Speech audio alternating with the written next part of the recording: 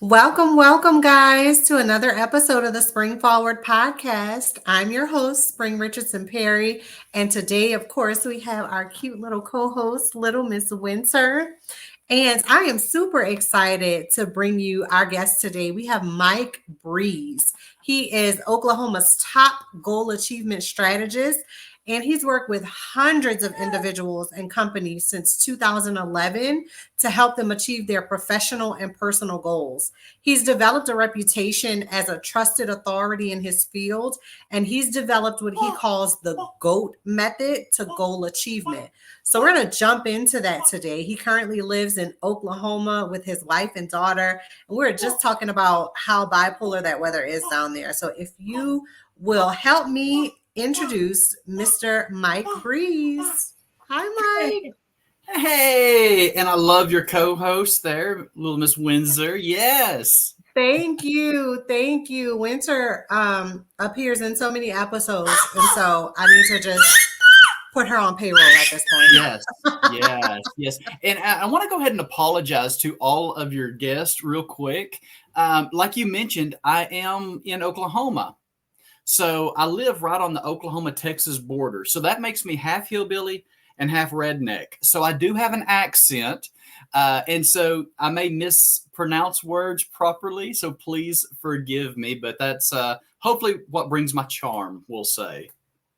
No worries. I love your accent. So this will be a great show because we'll get to hear that Southern twang that you have. So yes, no worries. Well, I'm excited to jump right in today. We're going to be talking about how to truly achieve your goals. And so I always like to kind of start off with your journey. How is it that you got started in this world of goal achievement coaching, and what inspired you to become a goal achievement strategist? Yeah, so that is a $1 million question, and it's a long story. We probably don't have enough time for the entire story, so I'll kind of give you the cliff notes here. Growing up in Ryan, Oklahoma, extremely small town living, loved it. I always joke and tell people that I graduated fourth in my class, but was still in the bottom half. I mean, it's a little community. I've always been passionate and want people to reach their goals. I think, that's just something that's always been a burning passion or desire for me. And it really kicked up when I went to college. Because when I went to college, I had a psychology professor. And what he told us, he said, listen, I want you to go home over Christmas break, find somebody that has either achieved a goal or has overcome something, and really just interview them, see what they did. Maybe you'll learn something they did different, and really just kind of question them and see what they did and how they achieved whatever it was they did. And I didn't know who I was going to interview. I thought, Ryan, Oklahoma, there's not that many people there. But then I remembered there was a person that I never really dreamed I would interview on something like this. And it was my mother. You see, growing up, she always had a cigarette in her hand. I mean, always. And like many people, she tried many different ways to quit smoking. She tried at one point she tried the patch. She tried the chewing gum that they have, and nothing seemed to work. At one point, she even put like a little rubber band around her wrist. And every time she wanted to smoke it, she'd snap that wrist. And it was really cute because then when she'd hold her cigarette up, it had a little bruise around her wrist, But nothing seemed to work long term. But as I sat there in that college class, I realized that Mom doesn't smoke anymore. And I never had thought about it. So when I went home, I asked my mom, I said, listen, you've got to tell me the story. How did this happen? And believe it or not, my dad actually dared her, made a bet with her. I don't know what the stakes of that bet were, but she said from that moment on, she told herself she's a non-smoker. Now, she also said every single day since then, now this would have been back in the early 90s, I guess, when she actually quit. She said every day since then, she still has that craving, a little bit of urge, but every day gets a little bit less and less and less. And even to this day, she'll say periodically she still craves it. And I remember thinking, how incredible is that? Because I have watched her struggle trying to overcome this. I want to know the secret. I want to know the juicy stuff. What was it that helped her achieve this goal? So when I returned back to college, I'm telling you, I went bananas in pajamas. I studied everything I could, began reading, began taking, extra courses on leadership and goal achievement and success strategies and, different models of coaching. And really just, that's really where I grew my love of it, thinking this is my purpose in life. That's amazing. And that's usually how it starts, right? It's very personal to us in the beginning. And then we grow a passion out of that personal story. And so I really love that. And not to mention UPS, because my undergrad is in psychology. So Oh, hey. Yes. And, so it's impressive, the way the mind works. And I just dove into it. yeah, that's what really got me passionate about psychology too, is like the way the mind works. Yeah. That's what has me super intrigued. So I'm always learning new things about that. Right. Well, so talk to us about this GO.A.T method that you've developed. Walk us through the key principles of this method and how it's proven effective in helping individuals and companies. Okay, so even just this morning on my blog, I was talking about this.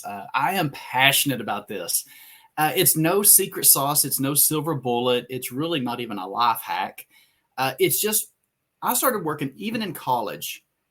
As I began learning what helps some people achieve their goals, I started studying everything that you can imagine, whether it was Neuro Linguistics Programming, emotional intelligence was still pretty new at that time, spaced repetition was another methodology of learning, and even hypnosis. And so I wanted to understand, how this come about. So once I started learning like one little tool or technique, I thought I could just save the world. And so I would go out and start working with people. I really did.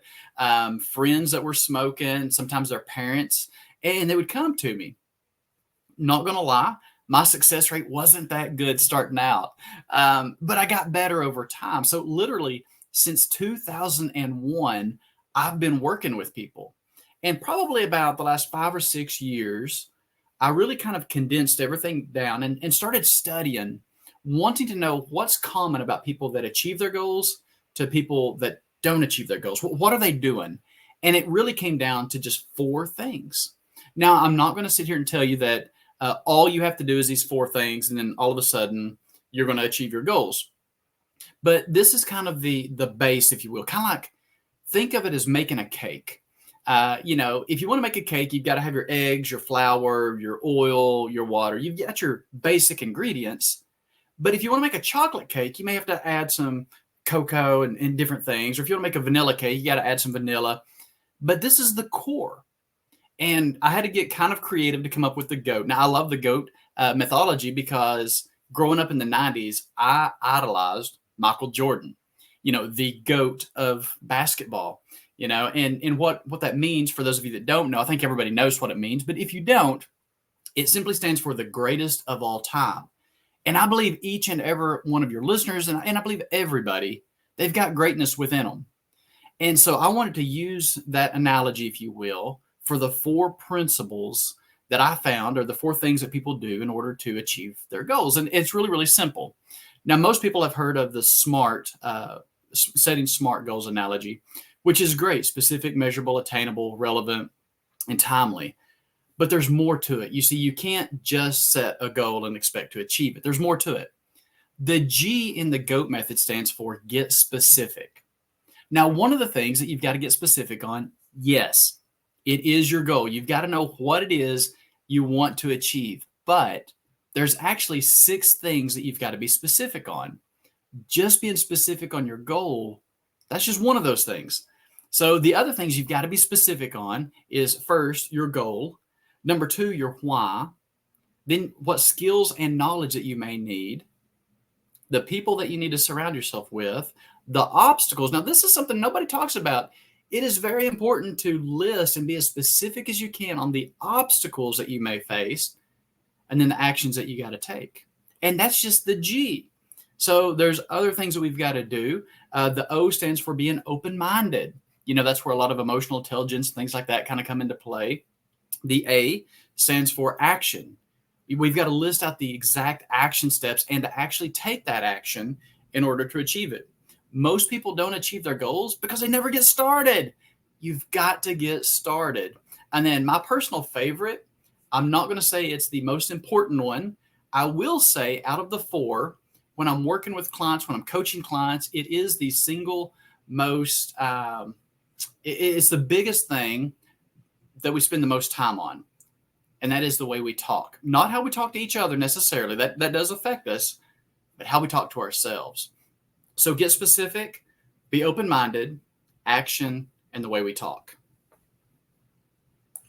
So there are 2 things that really stood out to me on this one. Yeah. It is the obstacles, right? Because when we set goals, we don't really think about some of the obstacles that we may face. We may try to like plan ahead and say, okay, if this happens, I'll do this, or if this happens, I'll do that, or what have you.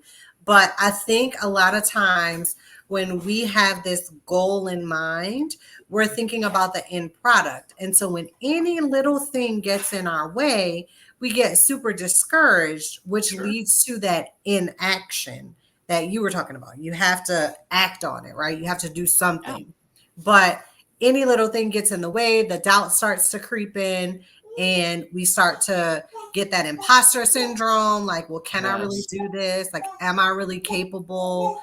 And then it just starts this vicious cycle of, the doubt, the inaction, and you have this goal. It's like, yeah, I want to do this. I've been wanting to do this, but fill in the blank. Exactly. And you bring up a great point there too. I know somebody personally, and they struggle with alcoholism. They struggle tremendously with it, has done very, very well. They went, I think 3 months, it could have been 4, I'm not for sure. However, they stumbled. One time, they stumbled. But what did everybody in their family, okay, and this is why it's important to surround yourself with like-minded people that's going to push you, because what did they focus on?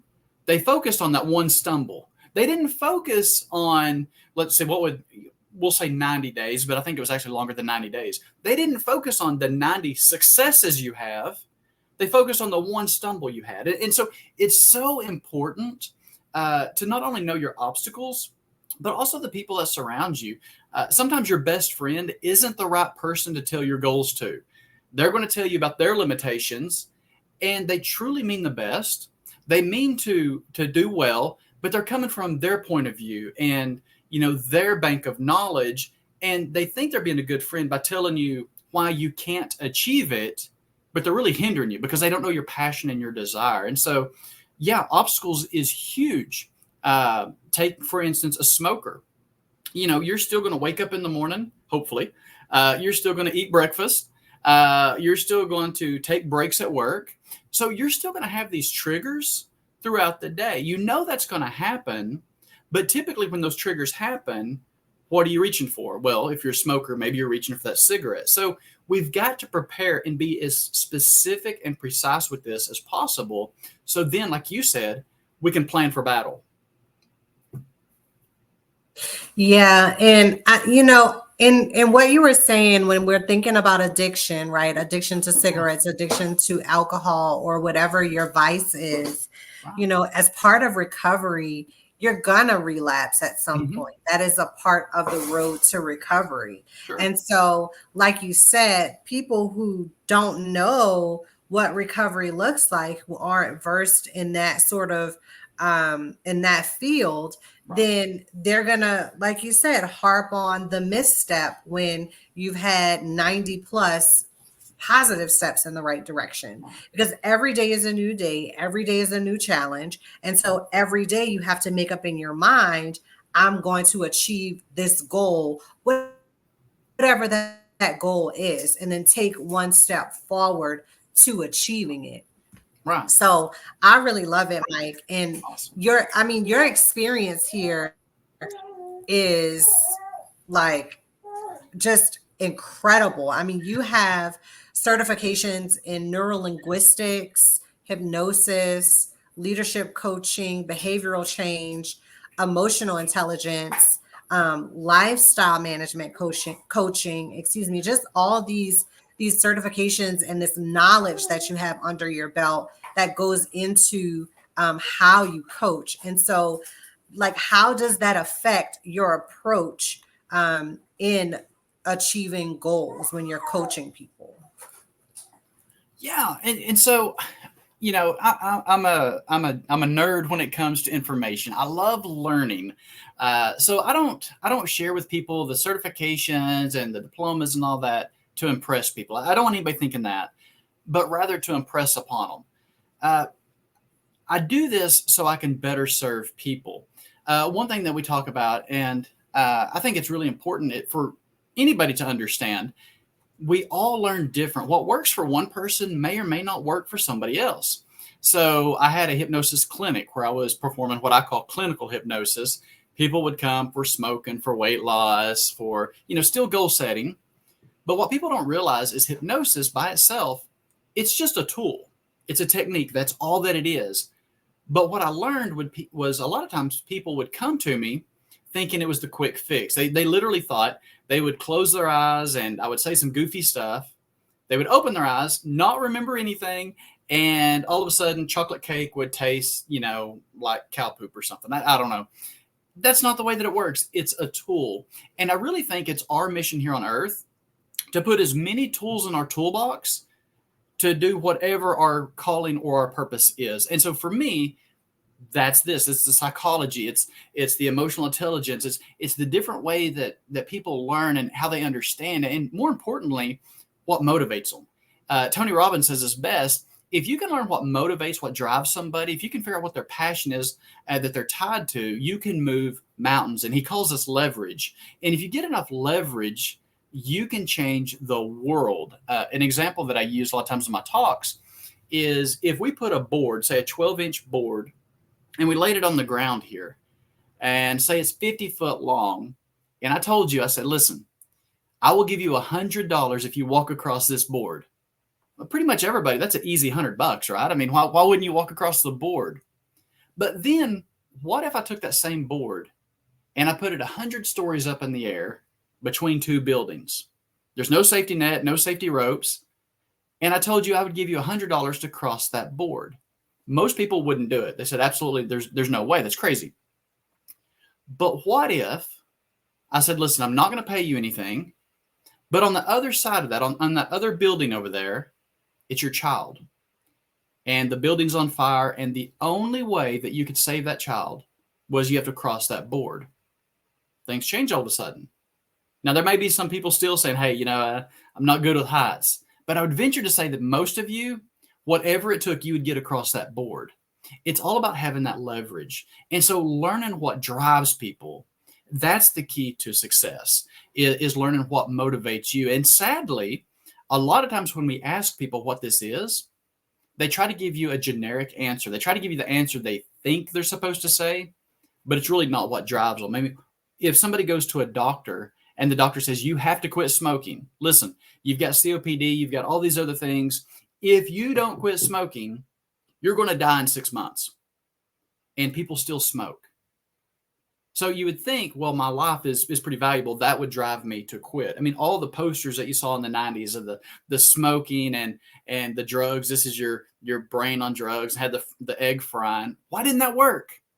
Because that didn't hit people on the level that they needed. It didn't associate with that drive, that personal drive within them. And so we have to figure out our why. So we've talked a lot about how you help people individually, but you also work with organizations too, right? Yeah, absolutely. And so how does this work translate on that level when you work with organizations? How is that different? What does that look like? I wouldn't say it's a whole lot different, really. Name any business, and I guarantee you they have goals. At least they should. If they're going to be a successful business, they have to have a goal.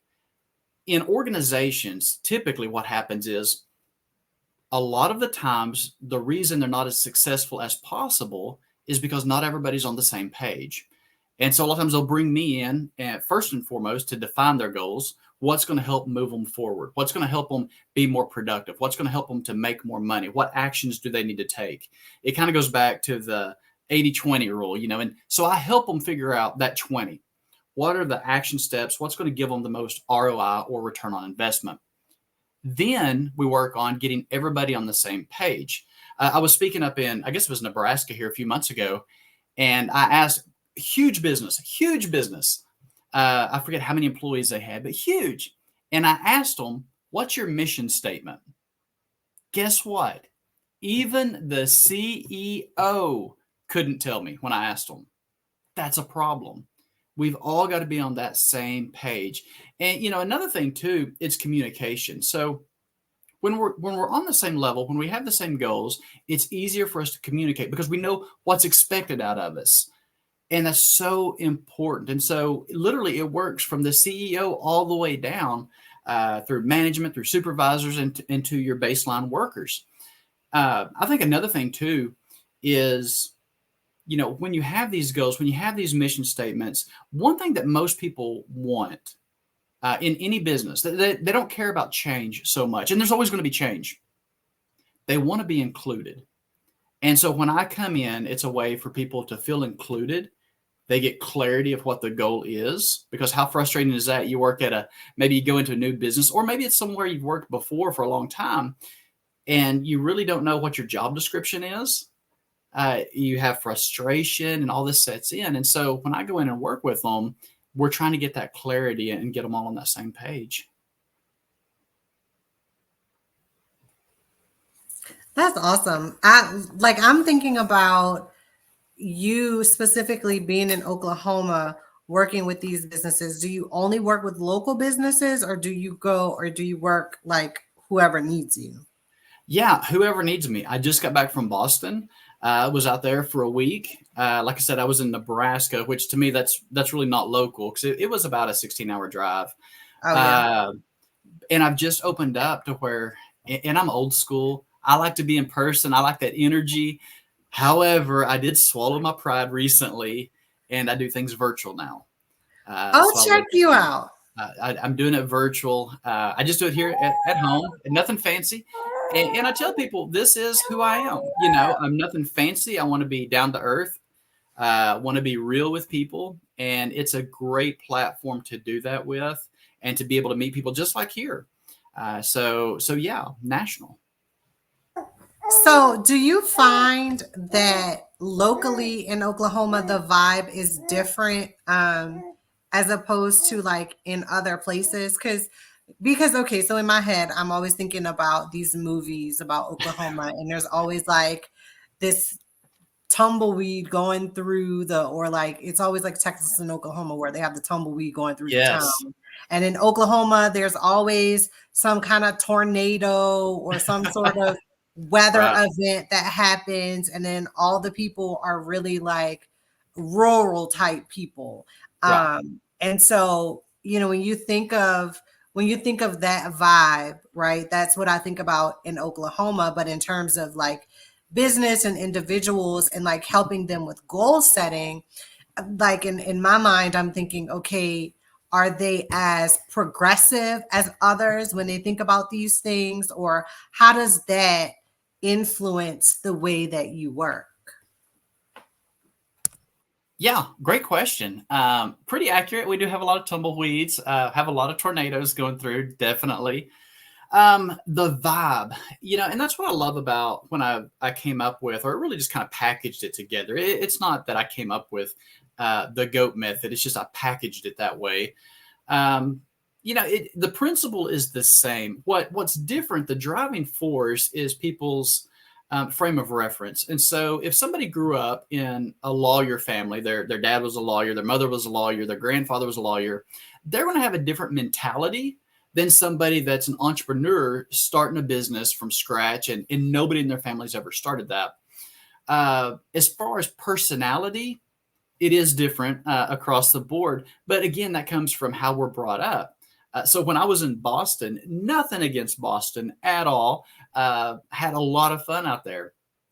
I don't know if you can sense this through video or not. I love to talk and I love to smile. It's just who I am. And so as I'm out in Boston, people would be coming in. I don't know who they are. I'm holding the door open for people. I'm talking to them, basically checking them into the hotel. I actually carried one of their bags up to their room for them. And one of the guys that I was there with says, Mike, hey, ho, ho, ho. That's not how we do things out here. Like, if you don't know somebody, stare at the ground. You'll get mugged out here.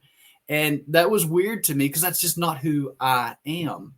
But as far as the goal setting, the principles are the same. But that's why I think it's so important to work one-on-one with somebody, whether it's a coach or a friend that can have an objective, opinion that they don't put their own opinion and thoughts into it. It's so important to have somebody that can do that, because they can look at both the strengths and the weaknesses, and really should be able to tailor their methodology around that, because people are different. People are driven different. I've worked with a lot of people. Their sole purpose in life, at least to them, was money. They just want to make as much money as possible. But I've also worked with people that says, I don't care about money. I want more time with my family. And so you can imagine there's two completely different approaches to those individuals, even though the package is basically the same. How we're going to get there is going to be basically the same, but what drives them is what changes. And that's why it's so important to have somebody that can really hone in on that, I think. Yeah, and that's kind of what I was thinking about, and what I was, getting at with the question in terms of how you customize to work with people, like, basically, right?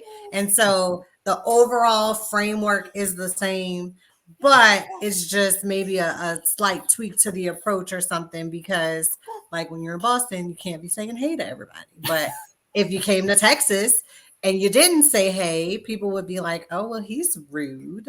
So, yeah, that makes sense. Well, so you mentioned emotional intelligence earlier. Yeah. And talk to me about that. How does emotional intelligence factor into goal setting?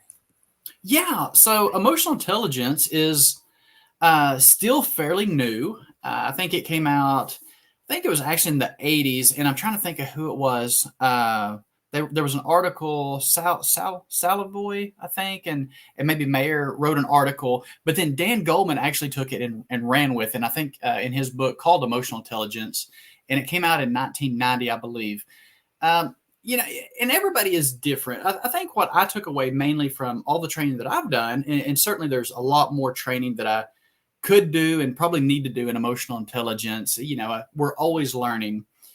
But the biggest takeaway for me that I use on a daily basis when working with people is we have to understand, and I mentioned this before, is everybody learns different. But let me give you an example. I'm 42 currently. At the time of this recording, I'm 42. My daughter is going to turn 8 years old tomorrow. Actually, it's her birthday. She's going to be turning 8. And if you look at the way that we learn, it's completely different. The way that I was taught when I was her age is completely different than the way we teach her. So my niece and nephew, my niece is in college now. My nephew is a junior in high school. When they were younger, my sister gave them a phone. They were really young. I don't know, 8, 9 years old. And she gave them a cell phone. And I thought that was the most ridiculous thing you could ever do. Why would you give a child that's that old a cell phone? They don't need a cell phone. However, now that I have a daughter, she's probably had a cell phone since she was either 2 or 3. Because what I realized was we learn different. Now, she can't call anybody. Even to this day, it's not to where she can call somebody. But the thing about it is, that's how they learn. You see, there's games they can put on that phone. We can take it with us. And if they don't learn that way today at an early age, they're going to be behind the ball later on. We have to understand that, especially today. The last 10 years, let's just look at the last 10 years. And we don't even have to go back that far. Look at how much our society has changed. And so it's important that we step back and look at things from an emotional intelligent perspective to see how people are responding to different things. I mean, we're not going to get into it here, at least I hope not. But, people feel today that they have to be in a fight at all times. in order to show their worth, if you will. So they're either Republican, they're Democrat, they're Christian, they're atheist, they're vaccinated, they're non-vaccinated, and the list goes on and on and on. The thing is, times are changing. And so by studying just a little bit, and I encourage everybody to do this, about emotional intelligence and why people do the things they do and how we learn, and really getting a grasp on just those little nuances and little things can really help tremendously. And for me, it forces me to step back, especially with my daughter, and to really try to understand, force myself to understand, how does she learn? And so she learns audible. That's how she learns. She's perfectly capable to do things any way she wants. My wife is more kinesthetic, and I'm a visual kind of guy. And so before she went to pre-K, what I did with my daughter as a test, if you will, or a scientific experiment, I took my cell phone and I played a song. It's called, I forget what it's called now, 50 Nifty States, I think. And I didn't tell her what I was doing, but I pressed play and I threw it down in my truck when we drive to town, or we would drive wherever we were going. And about a week, maybe 2 weeks, I would notice that she was in the back seat playing with her doll. She started singing this song. Well, then before she went to pre-K, she knows all 50 states, all the capitals. And I give credit because I took the time to understand how she learned by being that emotional intelligence, by being able to step outside of myself and look at it as a whole and really analyze the situation. So I think it's incredibly important for anybody to study, at least on a very basic level. I definitely agree with you, because emotional intelligence is a huge thing for me as well. Excuse me, when I'm doing my leadership development. And so there's so many facets to it. And I love the way you kind of keyed in on that with your daughter, and you sort of nurtured that with her. So love it, love it. Awesome. Yes, yes. Okay, so my final question here before we wrap up, Mike, is what are you most excited about? Like, looking ahead, what are your future goals and aspirations as you do this goal achievement coaching? Are there like some new methods that you're excited to explore, or what's going on? Man, that is a $1 million question. And it's kind of funny because I speak on goal setting and goal achievement, and then to be asked, what is your goal? It's like, well, crap, I don't have one. And that's not the case. My goal is always ongoing. I'm always seeking out different ways to reach more people. That's my passion. So we have started a blog, the website, we've changed a few things, started going virtual, and we do these things to be able to reach more and more people. The coaching has taken off the one-on-ones, especially through the internet now. That's really opened a huge door for us. So my immediately goals is more or less my focus, would be a better way of saying that, is right now on the coaching, the one-on-ones. That has freed me up, especially doing it through the internet, which we can do so easily now, because I travel so much. I travel doing the keynote speaks and the workshops and the breakouts, and I love doing that. And so the coaching, the one-on-ones, had to go on a back burner. And so now I can do this, and I can do this while I travel, and I love that. And so it's really opened the doors for me to be able to help more people. And I think a lot of it too is, for me, it's almost like a peace coming to me, knowing that my energy may not jive with everybody, and knowing, trying to find and really just focus on those people that I connect with, I guess. And so this has given me the opportunity to do that and really, hopefully leave our mark in the world and leave the world a little bit better place. I love that. That's so funny, though. You said, here I am talking about goals and I don't have any of my own, but but you have plenty, Mike. You have plenty, and you've articulated them very well. And so I'm excited to see where this goes. And I was waiting for you to mention this, but since you won't, I am going to put this shameless plug in for you about your upcoming book. And I know you haven't, I don't know, have you set a firm date for it yet, or what are you doing? What's going on? I have, and the firm date was last week.